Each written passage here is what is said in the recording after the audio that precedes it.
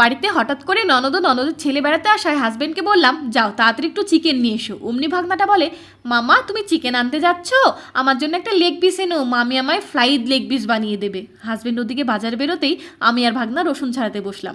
মশলা বানানো কমপ্লিট হতেই দেখি ওর মামা চলে এসেছে। আমি যদিও বলতে ভুলে গেছিলাম, তবে দেখি ওর মামা বুদ্ধি করে দুটো লেগ পিসই এনেছে, নইলে ছেলে আবার রাগ করবে।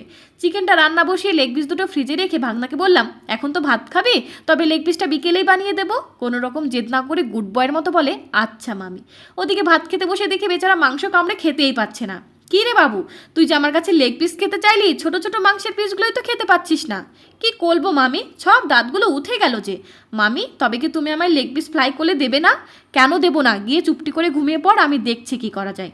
সব কিছু মাথায় রেখে বিকেলে এক নতুন পদ্ধতিতে মাংস সেদ্ধ করে আলু দিয়ে নরম করে ফ্রাইড লেগ পিস বানিয়ে ভাগনাকে দিতেই, ও মামি, এত নরম নরম ফ্রাইড লেগ পিস!